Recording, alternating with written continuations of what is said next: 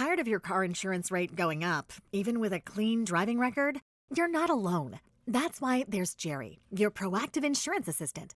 Jerry compares rates side by side from over 50 top insurers and helps you switch with ease. Jerry even tracks market rates and alerts you when it's best to shop. No spam calls, no hidden fees. Drivers who save with Jerry could save over $1,300 a year. Switch with confidence. Download the Jerry app or visit jerry.ai/Libsyn today. That's JERRY.ai/LIBSYN. Coming up on the Threat Status Podcast, we talk to Teresa Carlson, the founding president of the General Catalyst Institute, about whether the tech industry can bridge its differences with the Pentagon on artificial intelligence, whether a drone bubble is forming, and how the military can drive innovation. And then we break down the latest on the U.S.-Iran war and the escalating feud between the Pentagon and Anthropic. Don't forget to go to WashingtonTimes.com and sign up for the daily Threat Status newsletter.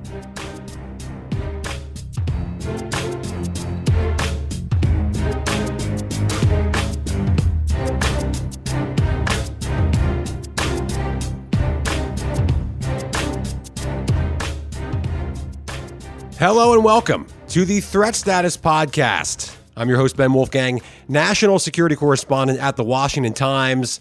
My esteemed co-host, Guy Taylor, will be back next week here on the show, but coming up in just a few minutes this week, we have a really great interview with Teresa Carlson of the General Catalyst Institute, which is an initiative to connect startups with the Pentagon and with other government agencies. General Catalyst, which is, of course, behind that initiative, is a major venture capital firm, which means that Teresa is really at the center, kind of the nexus, if you will, of this coming together of the Pentagon, intelligence agencies, and startups in Silicon Valley and all across the country in the tech space that work on AI, healthcare, and a bunch of other key areas. So stay tuned for that. She has a lot of insights you won't hear anywhere else, including on the Anthropic Pentagon feud, which I want to talk about briefly here at the start because things are moving so fast with this story.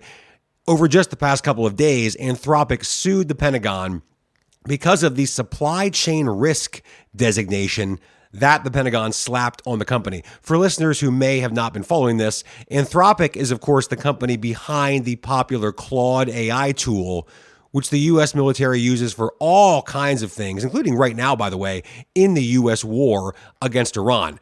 But Anthropic wanted ironclad assurances the Pentagon would not use Claude for mass domestic surveillance or for fully autonomous weapons. The Pentagon basically would not put that in writing. It insisted that it wasn't going to do that, but it wouldn't actually codify that in writing and insisted that Claude be available for, quote, all lawful uses, unquote. So here we are. Defense Secretary Pete Hegseth said the military will move away from Claude, and he called the company a supply chain risk, which basically means other companies can't do business with Anthropic if they want their own government contracts. President Trump then went even further and cut the company out from all federal contracts. Or did he really? Because it seems like the two sides are still talking, even though rival company OpenAI says it has its own deal with the military. If this all sounds a little bit confusing and convoluted, don't worry.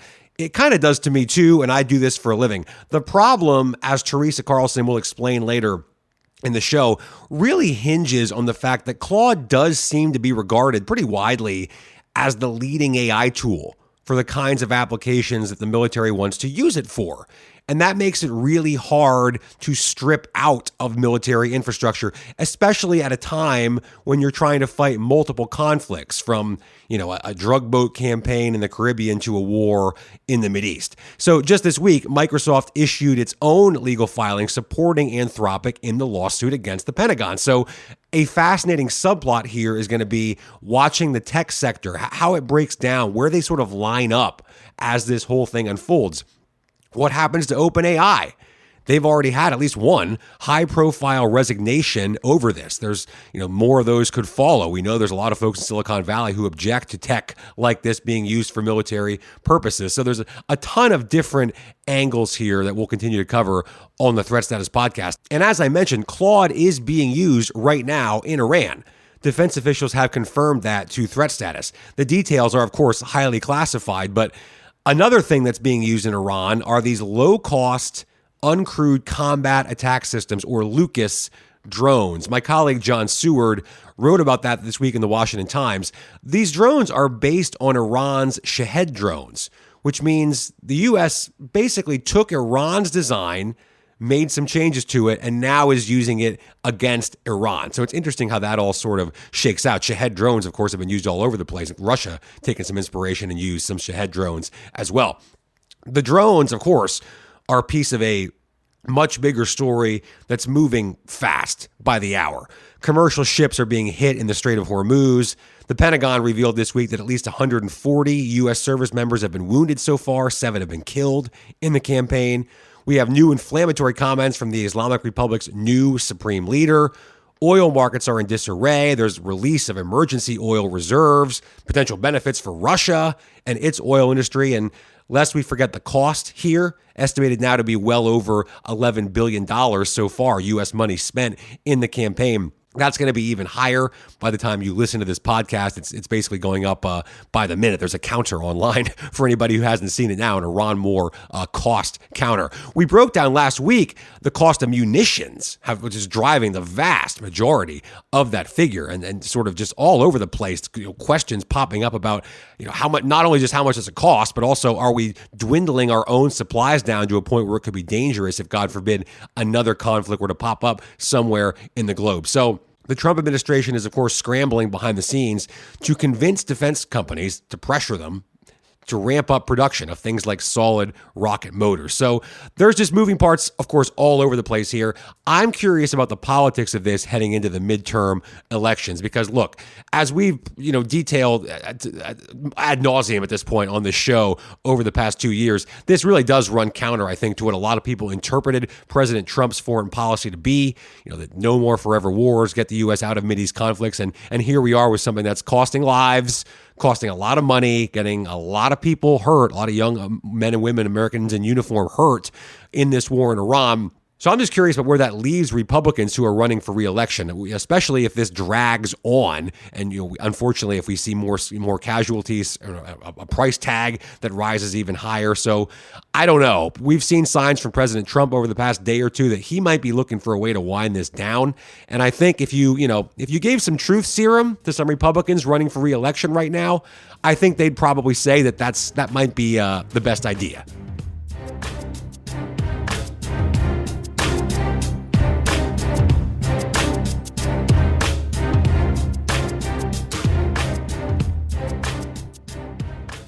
And we are joined now by Teresa Carlson. She is the founding president of the General Catalyst Institute, a policy and advocacy organization designed to connect startups and governments and policymakers, including in the AI, defense, and national security space. General Catalyst, for those who don't know, is a leading venture capital firm. And Teresa, you, of course, have a very impressive resume that we could spend a few minutes talking about here. I was particularly interested in the fact that you're the vice chair of the White House Historical Association, because as a former White House correspondent, listeners would probably expect that that's something I'd be really fascinated to talk to you about. But we can continue that conversation offline another time. For today, thank you so much for coming on the Threat Status Podcast. Oh, thanks so much for having me, Ben. I really appreciate it. So I want to start with this because I know AI is sort of front and center of what you guys are doing at GCI. And, of course, just by way of background, listeners are familiar probably with this long-running saga between Anthropic and the Pentagon over how AI is used in the military, or now this apparent deal that OpenAI says it's signed with the Pentagon, which has led to some figures at OpenAI resigning an objection to that. So it seems like there's kind of concern across at least parts of the tech sector that AI could be used for autonomous weapons, for domestic surveillance, et cetera. The Pentagon, of course, denies that. But, big picture, Teresa, I'm just curious how you view this. Is there a way out sort of these ethical and moral standoffs we're seeing here? Is this a harbinger of things to come? And if it is, does it threaten to derail the way that we can implement AI into the national security infrastructure of the U.S.? Well, Ben, thanks for that question. I've spent a big part of my career working with governments around the world and with the national security and defense space, both at Microsoft, Amazon, Splunk. And, this situation is kind of unprecedented. It's very fast moving. right now. And with General Catalyst, we're not involved in the details of Anthropic, but we are an investor in them. We believe in their technology. And anybody you talk to, it's like Claude. It's all over the place. I was just in Europe, and our companies that we were with there, I just kind of said, what's your favorite AI? And by far, they're using Claude. So it's an amazing tool used today by both defense and national security. And I would say for this one, if you really read between the lines, I think Anthropic has a lot more in common than not in common, the defense and national security space. And one of the things that I really think, if you step back, they have done all the hard work and heavy lifting to be inside the firewalls of these agencies, which is not easy to do. It's a lot of work. So clearly, they have a deep commitment in what they're doing. I think what we're seeing today is an example of there's been so much discussion around a federal AI framework. Now that's different, or I don't want to say different, but it's congruent to what we're seeing in the national security and defense space. And when I was working in cloud computing, we would constantly talk to government about, give us guidance. You need guidance. And this is an example where I think we're going to see more discussion and conversation about what are the appropriate guardrails and when around ethical concerns. And the big difference at AI, even than it was with cloud computing or other technologies that we've seen evolve, is how fast moving it is and how quickly adoption rates are occurring.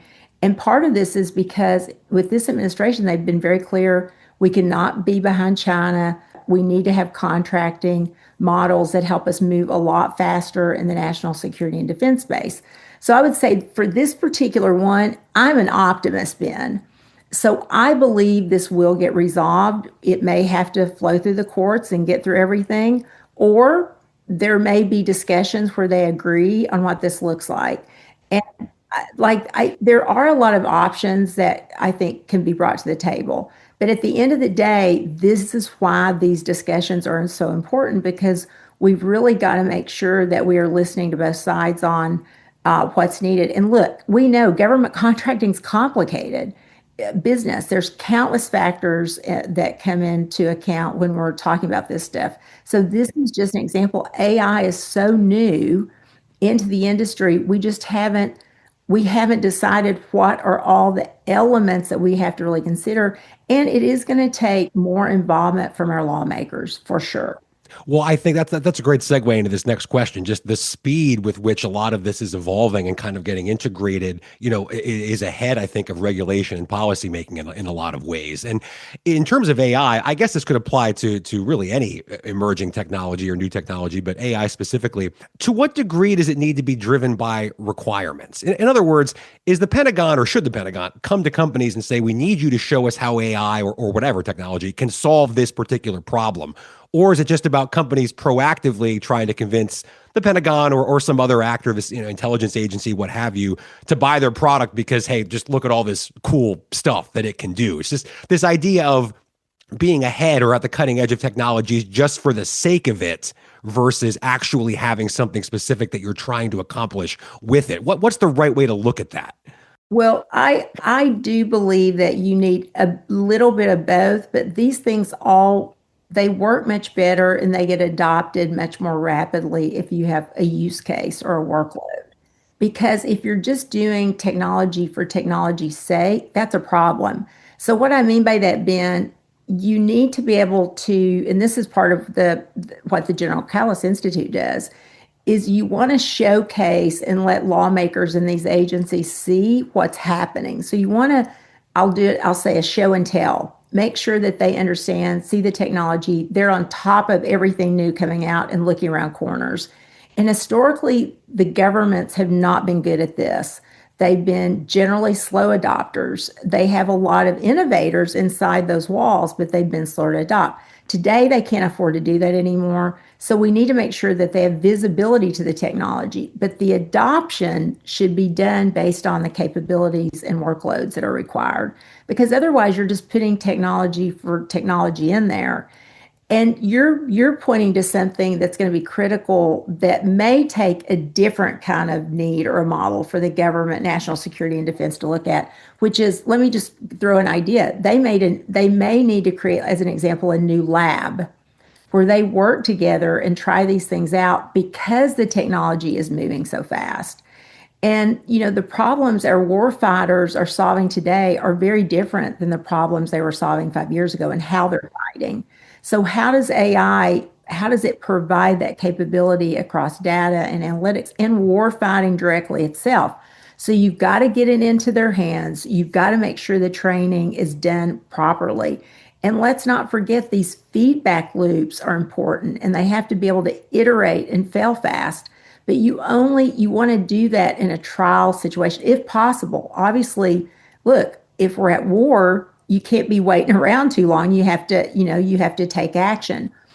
We have a model set up where we can constantly be testing, doing feedback loops, and building in these AI deployments in a continuous process, kind of not just one-off procurements. That will work a lot better. And then let's get it into their hands, do the right training. Well, listeners will, of course, at this point realize speed is going to be kind of a recurring theme here throughout the course of this conversation. And I want to come back to that idea of getting things into warfighters' hands quickly in just a second. But one more big picture question before I do, and that's this idea of whether you're concerned, or I guess any of us should be concerned about bubbles forming in certain sectors. I know drones, for example, is one that comes to mind right now, because we've had a number of guests recently on this show sounding the alarm to a degree that maybe there are kind of two problems sort of converging here at the same time. One, are we overestimating what drones could accomplish on the battlefield in the future in terms of actually holding territory and being strategically decisive? And then two, what the need for drones actually will be if hopefully we enter into a period of extended peacetime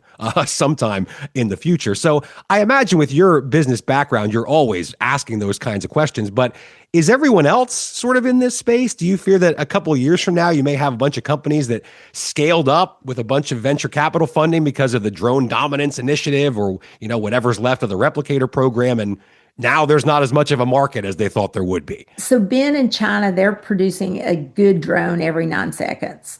So we have to put this into consideration. And in the U.S. market, even with our state and local government policing, they're still using 70% of the drones that they use still come from China because they make them faster, they're cheaper, they have better capabilities than what we're making in the U.S. So we have a couple of issues. One is, regardless of the war, we've got to build up our manufacturing capabilities here in the U.S. If we do that well, that helps our U.S. military and our national security capabilities. So we've been talking about this for years now, and we've not been doing a great job in the U.S., though, thinking about how we build that up. The Ukraine war gave us all a wake-up call on what they were doing, how they were building out drone capacity. So I will say no, I'm not worried about a bubble. I think if we are able to build up this capacity, it's going to be used. The second issue that I don't think we're hearing people talk about too much is we're seeing what's happening across the Gulf countries now with Bahrain, the UAE, Saudi, and they don't have these capabilities built up there. They're our allies. How are we helping them make sure that they have capacity and storage built up? So I think there's a long way to go before we have to worry about any bubble, and these things are going to evolve. And there's also lots of commercial uses. And I'll just share a couple of other examples. We've invested in a company called Rebuild Manufacturing and a company called Standard Bots.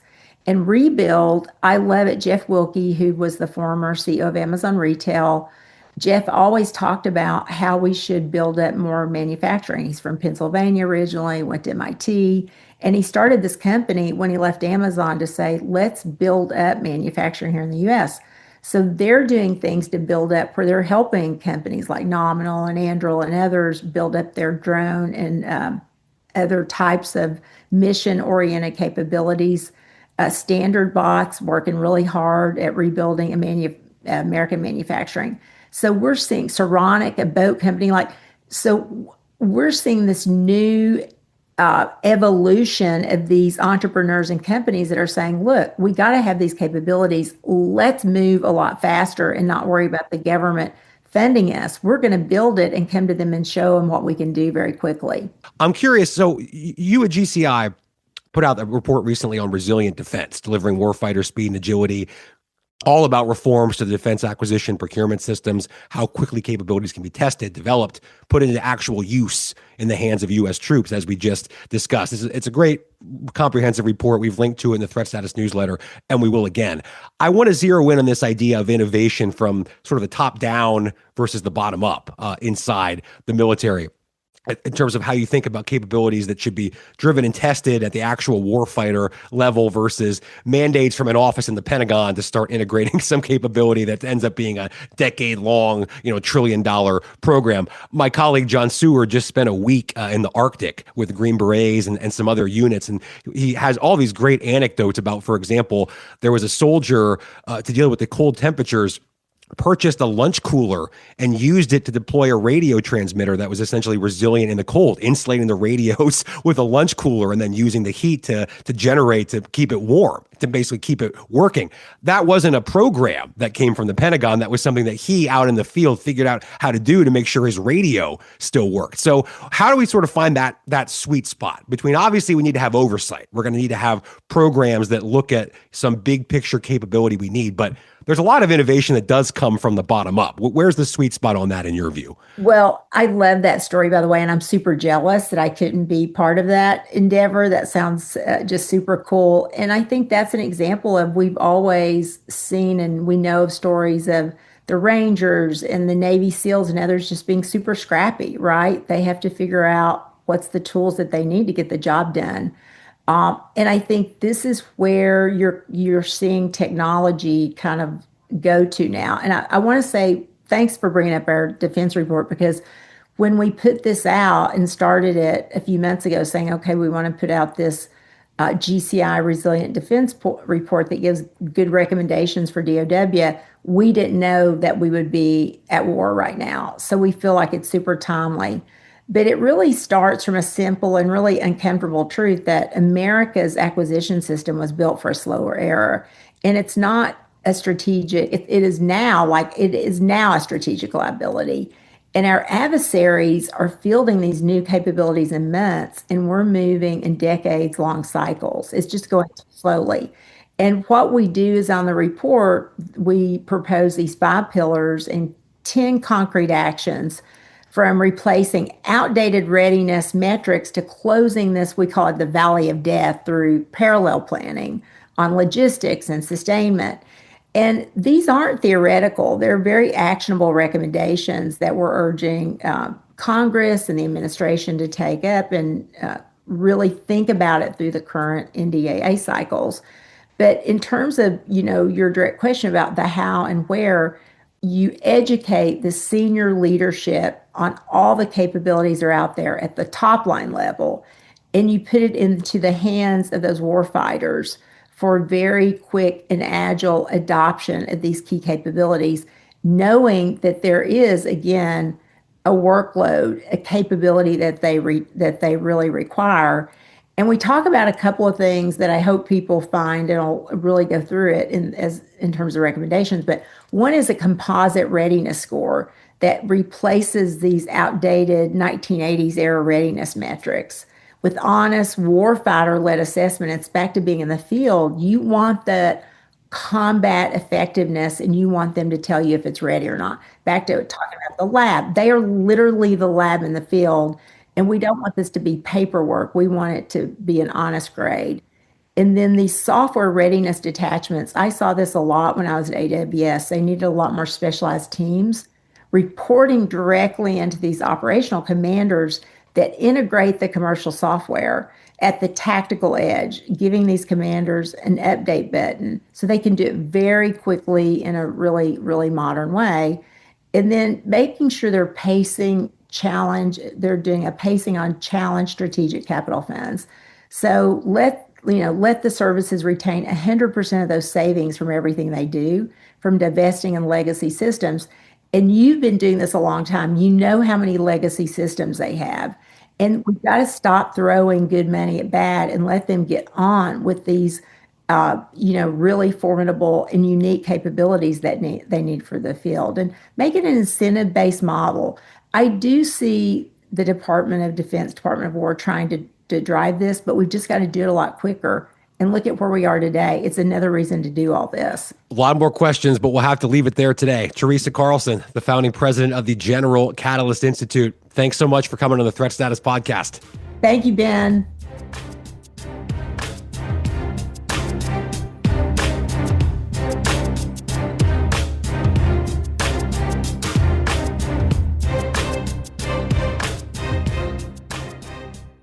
And it's time now for Threat of the Week, our weekly segment here in the show where we identify a threat, whether it's here at home domestically or in some corner of the world that we think is impacting U.S. national security right now this week. And my threat of the week is Iranian sleeper cells in North America, or at least the threat of them.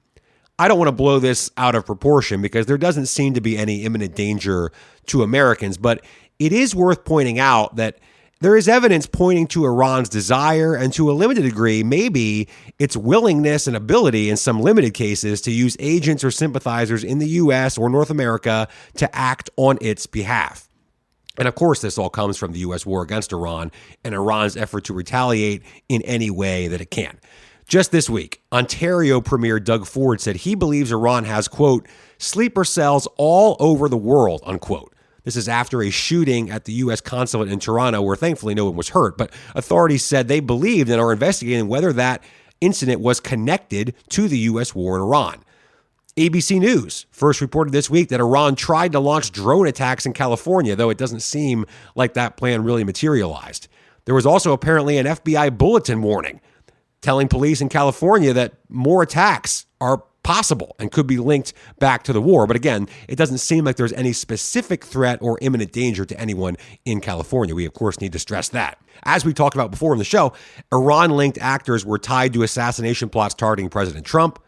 Other former key U.S. officials like former Secretary of State Mike Pompeo, former National Security Advisor John Bolton, and others have had extra security details because of threats made to them by actors believed to be linked to Iran. So none of this, of course, is to even mention the broader issue of Islamic extremism, perhaps inspired by the U.S. and Israeli campaign against Iran. That's always a concern, and I think even more so now. So it's my threat of the week now because we're about to get a real sense for whether these long-standing fears about Iran having agents, stationed all over the world, ready to strike at a moment's notice when the order is given, we're about to find out whether that's actually true. And with that, thanks, of course, to Teresa Carlson from the General Catalyst Institute for that fascinating interview this week. And most of all, a huge thanks to all of you, our listeners.